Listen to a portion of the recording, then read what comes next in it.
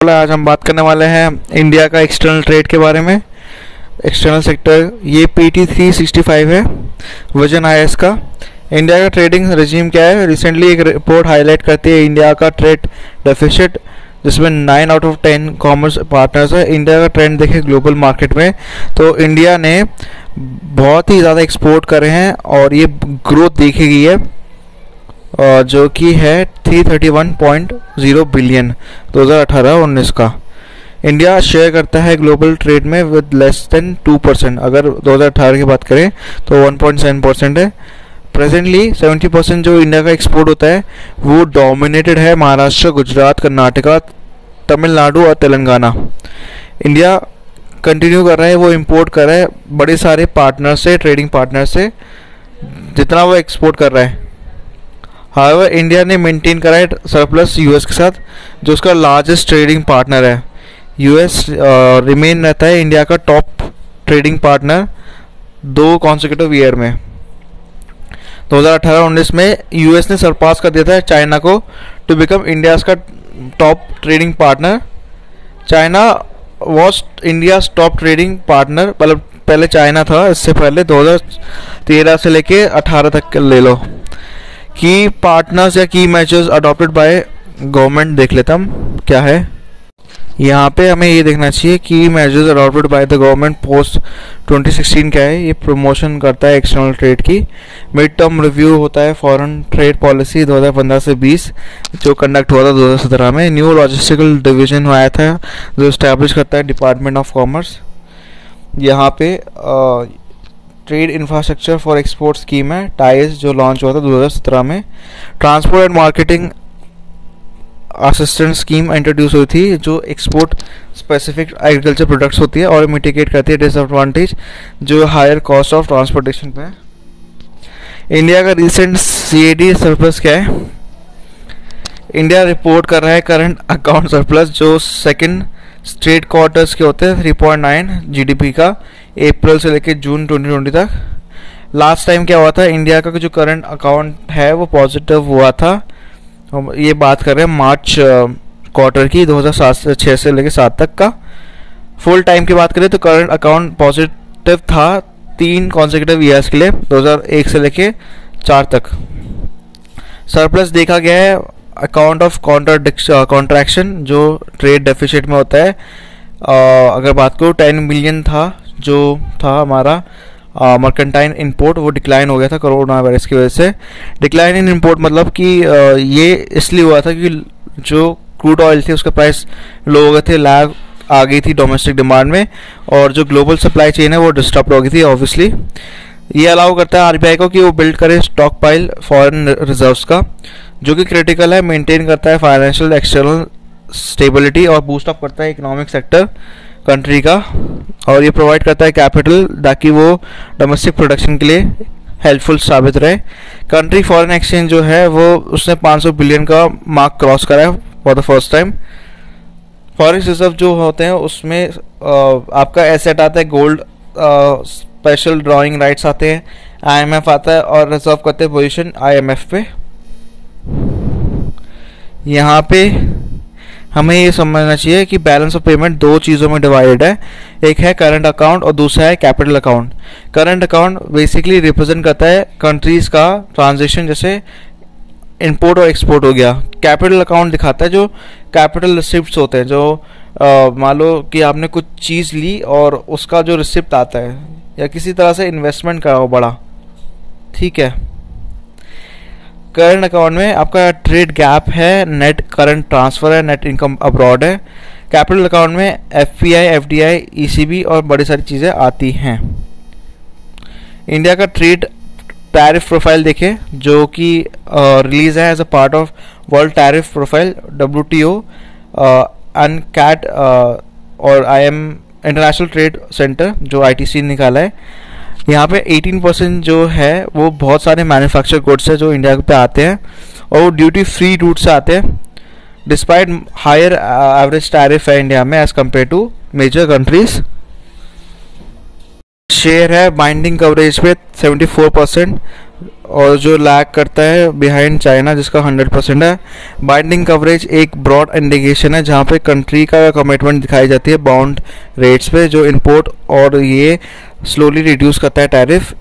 Related news में क्या है, इंडिया सीख कर रहा है ट्रेड रीनेगोशिएशन WTO में। इंडिया ने प्रपोज करा है कि वो रीनेगोशिएट करे बॉन्ड रेट्स को या अपर टैरिफ लिमिट को जो सर्टेन आइटम्स पे हो या रिपोर्टली इंफॉर्मेशन प्रोडक्ट्स पे हो WTO में। ये आता है ऐसे टाइम पे जहाँ सेंटर ने इंक्रेज करा है डोमेस्टिक मार्केट और कुछ सेलेक्ट सेक्टर्स पे थ्रू आत्मनिर्भर प्रोग्राम। WTO रूल्स अलाउ करता है कंट्रीज़ को रीनेगोशिएट करे बॉन्ड रेट्स उनके प्रोडक्ट्स के लिए, ताकि वो सब्सटैंशियल इंटरेस्ट चार्ज करे एक्सपोर्ट्स में अगर एक कंपनी अप्लाई कर रही है उसको, या करंट टैरिफ जो है वो ब्रीच हो बॉन्ड रेट का। कंट्री को कंपनसेट करना चाहिए ताकि वो बॉन्ड रेट को जो एक्सपोर्टिंग कंट्री है वो नेगोशिएशन के थ्रू हो जाए। टाइप ऑफ टैरिफ में क्या होता है, 3 तरह के होते हैं। एक प्रेफरेंशियल टैरिफ होता है, ठीक है, एक मोस्ट फेवर नेशन टैरिफ देखेंगे और टैरिफ रेट देखेंगे। बहुत सिंपल है ये। बॉन्ड टैरिफ रेट क्या होता है, BTR मैक्सिमम MFN जो है टैरिफ लेवल वो एक दी जाती है कम्युनिटी लाइन को, ठीक है। प्रेफरेंशियल रेट या टैरिफ जो है वो रेट होती है जहाँ इंडिविजुअल अग्री करता है कि ट्रेड करें। Most favour nation tariff route मतलब कि रेट जो दिया जाता है वो कंट्रीज ट्रेड करती है विद इन WTO, और टैरिफ रेट जो नॉन WTO मेंबर्स के वो अलग होते हैं, ठीक है, वो BTR लाइन से ज़्यादा होते हैं, समझ रहे हो। इंडिया की बात करें, average import duties remain highest रहती है क्योंकि आपको पता है आत्मनिर्भर भारत स्कीम की वजह से हमने इंपोर्ट ड्यूटी बढ़ा दी है। तो इंपोर्ट ड्यूटी आप देख सकते हो इंडिया की, ब्राज़ील की है, चाइना की है, तो आप उससे समझ सकते हो। Average import duty charge by India वो है 17.6%। Average share of duty free import categories है 2.0%। बट कोई की सेक्टर में ड्यूटी फ्री इंपोर्ट जो है 2018 का वो आप देख सकते हो, वो इस प्रकार है, ठीक है। पॉज करके आप देख लो ना। Export preparedness index 2020 NITI Aayog ने एक इंडेक्स निकाला है विद इंस्टीट्यूट ऑफ कॉम्पिटिटिवनेस जिसने रिलीज करा है एक्सपोर्ट प्रिपेयर्डनेस इंडेक्स 2020। ये इंडेक्स डेटा ड्रिवन एफर्ट्स है ताकि वो आइडेंटिफाई करे कोर एरियाज जो कि क्रूशल है एक्सपोर्ट प्रमोशन सब नेशनल लेवल पे। इसका प्राइमरी गोल्स जो इंडेक्स का है वो इनकलकेट करता है कंपटीशन हर स्टेट से, और ये ब्रिंग आउट करता है export promotion policies is regulatory framework जो प्रमोट करता है सब national promotion of export, create करता है नेसेसरी इंफ्रास्ट्रक्चर एक्सपोर्ट के लिए, आइडेंटिफाई करता है स्ट्रेटेजिक रिकमेंडेशन जो इम्प्रूव करता है एक्सपोर्ट कॉम्पिटिटिवनेस। ये अटेम्प्ट करता है प्रोवाइड करता है एक एक्सटेंसिव फ्रेमवर्क जो कंटिन्यूअल असेसमेंट की बात करता है export readiness of Indian states और यूटी जो कि सर्व करते हैं फॉलोइंग पर्पस। पहला है रैंकिंग ऑफ स्टेट, प्रोवाइड करता है एक्सटेंसिव फ्रेमवर्क जो continual assessment of export readiness देखता है इंडियन स्टेट्स और यूटी का, और वो फॉलोइंग पर्पस सर्व करता है। पहला है रैंकिंग ऑफ स्टेट और यूटी जो इंडेक्स स्कोर के बेस होते हैं, एग्जामिन करता है एक्सपोर्ट प्रिपेयर्डनेस और परफॉर्मेंस जो स्टेट का होता है, आइडेंटिफाई करता है चैलेंजेस अपॉर्चुनिटीज़ और इन्हांस करता है government policies. Structure of EPI include करता है 4 पिलर्स और 11 सब पिलर्स। की फाइंडिंग क्या है, इंडिया का स्कोर जो है एवरेज है 39 ऑन इंडेक्स जो कि पॉलिसी और बिजनेस इकोसिस्टम पे आता है, जो कि 2 हाईएस्ट स्कोरिंग पिलर्स हैं जिसमें एक्सपोर्ट इकोसिस्टम आता है with least scoring pillar. States जो है वो क्लासिफाइड है। यहाँ पे हमें ये देखना चाहिए कि जो स्टेट है उनकी जोग्राफिकल लोकेशन क्या है, कोस्टल है, लैंडलॉक है, हिमालयन है, यूटी है। अगर बात करूँ कोस्टल स्टेट की जो बेस्ट परफॉर्मेंस है टॉप 3 की बात करूँ तो यहाँ पे आता है आपका गुजरात, महाराष्ट्र, तमिलनाडु। लैंडलॉक की बात करें राजस्थान, हरियाणा और तेलंगाना। हिमालयन की बात करूँ Uttarakhand, Tripura, Himachal Pradesh. Top 3 UT cities की बात करें तो दिल्ली, गोवा और चंडीगढ़। ये इंडेक्स हाईलाइट करता है इंडिया का 3 फंडामेंटल चैलेंजेस जो एक्सपोर्ट प्रमोशन की बात करता है। एक तो इंटर और intra regional disparity export infrastructure में, सेकेंड है पुअर ट्रेड सपोर्ट और ग्रोथ ओरिएंटेशन अमंग स्टेट्स और पुअर R&D जो प्रमोट करता है कॉम्प्लेक्स यूनिक एक्सपोर्ट। यहाँ पे हमें ये देखना ज़रूरी पड़ जाता है कि एक्सपोर्ट प्रिपेयर्डनेस इंडेक्स में क्या पॉलिसी रहती है, क्या सिस्टम रहता है और क्या से चीज़ें रहती है। तो पॉलिसी 20% रहती है, जिसमें एक्सपोर्ट प्रमोशन पॉलिसी रहती है 10% और इंस्टीट्यूशनल फ्रेमवर्क होता है 10% का। बिजनेस इकोसिस्टम में 40% का रहता है, ये ज़्यादा इंपॉर्टेंट है।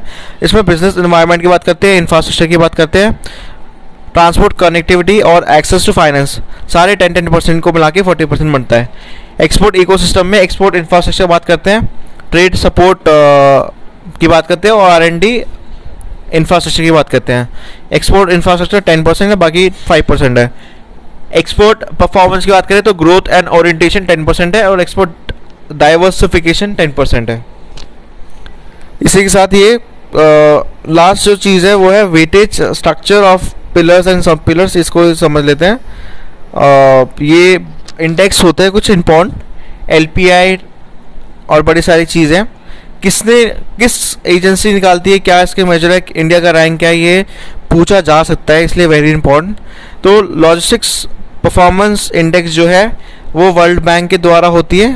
ये मेजर क्या करता है, ये लॉजिस्टिक देखता है फ्रेंडलीनेस ऑफ कंट्रीज़। इंडिया के रैंक की बात करूँ 2018 का ये 160 कंट्रीज़ में 44 रैंक है इंडिया की। बेस्ट परफॉर्मिंग कंट्रीज़ कौन सी है, टॉप 5 में Germany, Sweden, Belgium, Japan, Austria.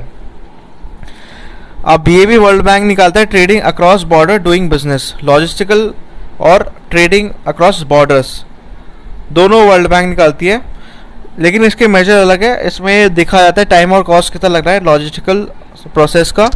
India की बात करें 2019 का तो 190 में से 68 है इसका रैंक। टॉप किसने करा है, ऑस्ट्रेलिया कॉमन है, बेल्जियम ये भी कॉमन है, डेनमार्क, फ्रांस, हंगरी और नीदरलैंड्स। बात करें ट्रेड फैसिलिटेशन इंडेक्स, ये OECD कंट्रीज निकाला है। क्या मेजर करता है, assessment of trade facilitation policy, जो देखता है areas for action impact reforms का। इंडिया की रैंक करें तो 1.52 है आउट ऑफ 2 और टॉप किसने करा है 1.86, मतलब नीदरलैंड्स ने। इनेबल ट्रेड इंडेक्स इंपॉर्टेंट है, ये WEF निकाला, वर्ल्ड इकोनॉमिक फोरम। मेजर्स क्या क्या है, फैक्टर्स देखता है, पॉलिसीज देखता है कि कितना सर्विसेज प्रोवाइड हो रहे हैं जो ट्रेड के लिए है अक्रॉस द बॉर्डर। और ये इंडिया की रैंक है 136 आउट ऑफ 102 अगर 2016 की बात करें तो। टॉप 5 कंट्रीज कौन सी है, सिंगापुर, नीदरलैंड्स, हांगकांग और लग्जमबर्ग। WTO रिलेटेड डेवलपमेंट क्या है, ट्रिप्स है, फ्लेक्सिबिलिटीज। इंडिया ने पूछा है G20 कंट्रीज़ को कि वो वर्क करें अग्रीमेंट में जो इनेबल करें ताकि वो यूज़ करें ट्रिप्स को, ट्रिप्स के अंदर जो फ्लेक्सिबिलिटी है वो। इंडिया ने एक अग्रीमेंट इनेबल कराया ट्रिप्स का जो है trade related intellectual property rights, ताकि वो फ्लेक्सिबिलिटी दिखाए एसेंशियल मेडिसिन पे, ट्रीटमेंट पे और वैक्सीन को अफोर्डेबल करने के लिए। इंडिया ने इस जो फ्लेक्सिबिलिटी अंडर पेटेंट एक्ट 1970 का बोला गया है वो पब्लिक हेल्थ और इमरजेंसी पर्पस का बोला गया है। ये एग्रीमेंट पॉसिबिलिटी लाएगा नेशन के लिए कि वो इशू करे कंपलसरी लाइसेंस जो बनाए generic copies of essential patented medicine. अच्छा, यहाँ पे ट्रिप्स फ्लेक्सिबिलिटी समझ लेते हैं क्या है। ये एक पॉलिसी स्पेस है जो कंट्रीज़ को मिटिगेट करती है इम्पैक्ट पेटेंट का, जो मतलब मान लो अगर एक्सेसिवली कोई हाई मेडिसिन है और वो पेटेंट है तो वो भाई पैसे तो वो उतना ही लेगी, लेकिन जेनरिक मेडिसिन जो है वो कम लेती है इवेंचुअली, और पेटेंट इसलिए ज़्यादा लेती है क्योंकि उनका कॉम्पिटिशन बहुत ज़्यादा होता है। और सब्सिक्वेंट दोहा डिक्लेरेशन जो ट्रिप्स पे हुआ था और पब्लिक हेल्थ जो 2001 का है वो कुछ फ्लेक्सिबिलिटी प्रोवाइड करती है। ट्रिप्स अग्रीमेंट को आप समझ लेते हैं क्या है। ट्रिप्स अग्रीमेंट आया था 1995 में और एक कॉम्प्रिहेंसिव मल्टीलैटरल अग्रीमेंट है जो इंटेलेक्चुअल प्रॉपर्टी में हुआ था। नेगोशिएशन जो थी 1986 से 1994 में हुई थी उर्गसी राउंड पे, जो general agreement on tariff and trade पे है, जिसकी वजह से WTO है। इसमें मिनिमम स्टैंडर्ड ऑफ प्रोटेक्शन जो है वो हर मेंबर्स के द्वारा होगा। एग्रीमेंट जो होगा in line with the main convention होगा WIPO। Paris convention for protection of industrial property, जो पेरिस कन्वेंशन पे होगा। और बर्ने कन्वेंशन होगा protection of literally artistic workers, Berne convention. ये इस प्रोविज़न में सिविल और एडमिनिस्ट्रेशन प्रोविजंस आते हैं और प्रोसीजर्स हैं, रेमेडीज़ है, प्रोविजनल मेजर्स है, स्पेशल रिक्वायरमेंट, बॉर्डर से रिलेटेड चीज़ें, क्रिमिनल प्रोसीजर है। अग्रीमेंट डिस्प्यूट बनाती है WTO मेंबर्स पे और रिस्पेक्ट होती है यहाँ पे ट्रिप्स और ऑब्लिगेशन, जो कि WTO डिस्प्यूट सेटलमेंट प्रोसीजर पे होती है। Areas of intellectual property cover करता है copyright and related rights, trademarks, geographical indication, industrial design, new varieties of plant, layout design of integrated circuit, trade secret और test data. Membership WTO include करती है obligation comply करती है trips agreement के through. तो यहाँ पे फ्लेक्सिबिलिटी एम प्रोवाइड करता है एक परमिट डेवलपिंग और लीस्ट डेवलपिंग कंट्रीज़ को ट्रिप्स के कंपैटिबल नॉर्म्स को ऐसे यूज़ करें कि उनको फ़ायदा हो। ठीक है, ये पब्लिक पॉलिसी जैसे फार्मास्यूटिकल प्रोडक्ट्स हो गए या कोई मैक्रो इंस्टीट्यूशनल कंडीशन जो है सपोर्ट करता है इकोनॉमिक डेवलपमेंट को। कुछ मेजर फ्लेक्सिबिलिटीज जो ट्रिप्स के अंडर है वो है, पहला कंपल्सरी लाइसेंसिंग। ये इनेबल करता है गवर्नमेंट अथॉरिटी को कि वो लाइसेंस करे कोई भी पेटेंट इन्वेंशन जो एक थर्ड पार्टी के थ्रू हो या गवर्नमेंट एजेंसी, किसी भी कंसर्न नहीं ज़रूरत है यहाँ पे पेटेंट होल्डर की। तो मतलब मैं आराम से कॉपी कर सकता हूँ उसको। पैरेलल इंपोर्टेशन क्या है, इस इंपोर्टेशन में विदाउट किसी भी कंसेंट का पेटेंट होल्डर का जो जिसका पेटेंट प्रोडक्ट है वो मैं मार्केट कर सकता हूँ किसी भी कंट्री में, आइदर पेटेंट होल्डर की तरह या पेटेंट होल्डर कंसेंट के थ्रू। एग्जामिशन जो है पेटेंटेबिलिटी, ये एग्रीमेंट रिक्वायर नहीं करता पेटेंटिंग जो new uses of known products जैसे फार्मास्यूटिकल्स और परमिट कंट्री करता है, डिनाई करता है protection for such uses of lack of novelty, invention step और इंडस्ट्रियल एप्लीकेबिलिटी। लिमिट्स क्या है डेटा प्रोटेक्शन में, ये कंडीशन है जो परमिट करता है सेल ऑफ और मार्केटिंग किसी भी फार्मास्यूटिकल प्रोडक्ट का। डेटा रेगुलेटरी अथॉरिटी जो रिक्वायर करती है फार्मास्यूटिकल कंपनी को कि वो सबमिट करे data demonstrating safety, quality, efficacy और प्रोडक्ट। एक्सटेंशन क्या है इस ट्रांजेक्शन पीरियड का जो लीस्ट डेवलप कंट्रीज़ का है। ये अमेंडमेंट देता है डोहा डिक्लेरेशन का जो एक्सटेंड करता है ट्रांजेक्शन पीरियड LDCs का, जो इम्प्लीमेंट करता है ट्रिप्स ऑब्लिगेशन 2021 का। पेटेंट पूल क्या है यहाँ पे, पेटेंट पूलिंग क्या है यहाँ पे, PPA एक एग्रीमेंट है जो कि होता है 2 या मोर पेटेंट ओनर्स के थ्रू और वो लाइसेंस करते हैं पेटेंट्स को कि वो अनदर से लेके थर्ड पार्टी तक कर ले। पेटेंट पूलिंग में ये सपोर्ट करता है ग्रेटर इनोवेशन और बॉटलनेक्स को रिमूव करता है और प्रोडक्ट डेवलपमेंट जल्दी करता है। कोविड-19 के बाद पब्लिक हेल्थ PP जो रिप्रेजेंट होता है ये इनिशिएटिव टाइप होता है, इनोवेटिव टाइप होता है, पार्टनरशिप का जो यूज़ होता है मैनेज कर सकते हैं प्राइवेटली, जो कि इंटेलेक्चुअल प्रॉपर्टी राइट्स ला सकते हो पब्लिक हेल्थ में। और स्पीड अप करता है एफर्ट्स ताकि वो फाइंड आउट करे कि मेडिसिन और वैक्सीन क्या है जो क्रिएट कर रही है पूल और immediate licensing. Rules of origin क्या है यहाँ पे, ये हमें समझना चाहिए। जो नया न्यूज़ में क्या है कि जो डिपार्टमेंट ऑफ रेवेन्यू है उसने नोटिफाई करा है कुछ कस्टम्स जो एडमिनिस्ट्रेशन के पर्पज़ से इम्पोर्टेंट है ट्रेड एग्रीमेंट के अंडर 2020 का जो आया है सितंबर 2020 में। यहाँ पे रूल्स ऑफ ओरिजिन क्या है कि एक क्राइटेरिया प्रिस्क्राइब्ड है जो डिटरमाइन करता है नेशनल ओरिजिन किसी भी इंपोर्टेड प्रोडक्ट का कंट्री में, और ये मेनली यूज़ होता है ताकि वो इम्प्लीमेंट करे मेजर्स और इंस्ट्रूमेंट ऑफ कमर्शियल पॉलिसी जैसे anti dumping duties, safeguard measures हो गया। ये डिटरमाइन कर सकता है कि क्या प्रोडक्ट इम्पोर्टेड प्रोडक्ट्स पे है जो रिसीव करता है मोस्ट फेवर्ड नेशन, जो कि प्रेफरेंशियल ट्रीटमेंट होते हैं। ये देखता है पर्पस ऑफ ट्रेड स्टैटिस्टिक्स, और यहाँ पे देखते हैं एप्लीकेशन ऑफ लेबलिंग या किसी भी तरह की मार्किंग रिक्वायरमेंट है कि नहीं है। गवर्नमेंट प्रोक्योरमेंट की बात करता है यहाँ पे। रूल्स ऑफ ओरिजिन में क्या है, ये प्राइमरी 2 टाइप्स होता है, एक होता है non preferential rule of origin जो अप्लाई करता है किसी absence of any trade preference, जहाँ पे ट्रेड पॉलिसी जो मेजर करता है कोटास, एंटी डंपिंग या मेड इन लेबल्स जो रिक्वायर करता है एक डिटर्मिनेशन ओरिजिन का। सेकेंड है प्रेफरेंशियल यूज़ होता है यहाँ पे, या प्रेफरेंशियल रूल देख लेते हैं जो अप्लाई करता है रेसिप्रोकल ट्रेड प्रेफरेंसेस पे। और जैसे रीजनल ट्रेड हो गया, एग्रीमेंट हो गया, या कोई भी कस्टम यूनियन, या नॉन रेसिप्रोकल ट्रेड हो सकता है जैसे प्रेफरेंशियल ट्रीटमेंट हो गया फेवर ऑफ डेवलपिंग नेशन या एलडीसी का। हर एग्रीमेंट के अपने set of rule of origin होते हैं जो एग्रीमेंट दोनों के बीच में होता है, और ये इंक्लूड करता है गाइडलाइंस जो कि इशू करता है legitimate certificate of origin.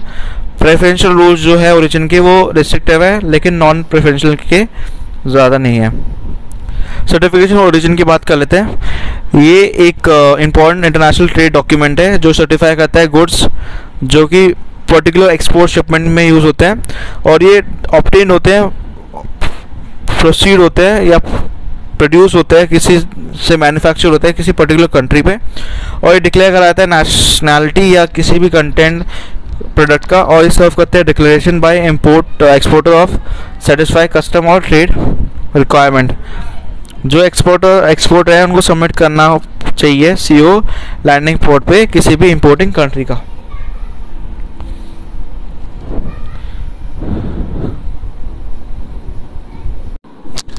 Criteria क्या है यहाँ पे कॉमनली जो डिटरमाइन करता है country of origin of goods का।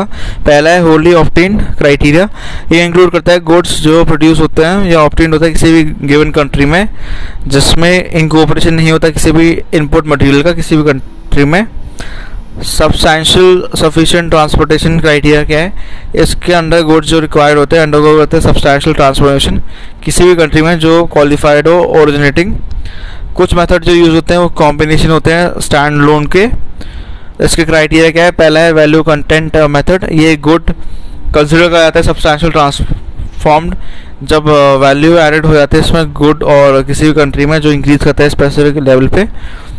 चार्ज एंड टैरिफ क्या है, क्लासिफिकेशन और गुड जो कंसिडर करा जाता है सब्सटैंशियल ट्रांसफॉर्म्ड जब वो आता है क्लासिफाइड, और किसी भी सब हेडिंग जो डिफरेंट होते हैं किसी भी नॉन ओरिजिनल मटेरियल पे जो यूज़ होती है। प्रोसेस रूल मेथड क्या है, गुड कंसिडर करा जाता है सब्सटैंशियल ट्रांसफॉर्म्ड जब गुड अंडरगो होते हैं स्पेसिफिक मैन्युफैक्चरिंग या प्रोसेसिंग ऑपरेशन में। डी मिनिमाइज और टॉलरेशन रूल्स क्या है, ये परमिट करता है एक स्पेसिफिक शेयर ऑफ वैल्यूज और या किसी भी वॉल्यूम ऑफ फाइनल प्रोडक्ट जो कि हो non originating without the final product जो लूज करता है इसकी ओरिजिनेटिंग स्टेटस। कस्टम्स की बात कर लेते हैं। यहाँ पे administration of rules of origin जो है ट्रेड एग्रीमेंट के अंदर जो आते हैं कारोतार 2020, ये रूल्स एप्लीकेबल है इंपोर्टेड गुड्स में जो इंडिया में होते हैं, पर्टिकुलरली जहाँ पे इंपोर्टर जो है क्लेम करता है प्रेफरेंशियल रेट ऑफ ड्यूटी। कारोतार 2020 का एम ही है कि वो सप्लीमेंट करता है कुछ ऑपरेशन सर्टिफिकेट प्रोसीजर जो कि रिलेटेड हो implementation of rules of origin जो कि प्रिस्क्राइब करा जाता है किसी भी टीए ऑफ इंडिया जो फ्री ट्रेड एग्रीमेंट होता है, प्रेफरेंशियल ट्रेड एग्रीमेंट होता है या कॉम्प्रिहेंसिव इकोनॉमिक कोऑपरेशन एग्रीमेंट होता है। इसके की प्रोविजन क्या है ये हम समझ लेते हैं कि पहला है कि ये क्लेम कर सकते हैं प्रेफरेंशियल रेट जो टीए के डिसाइडेड है।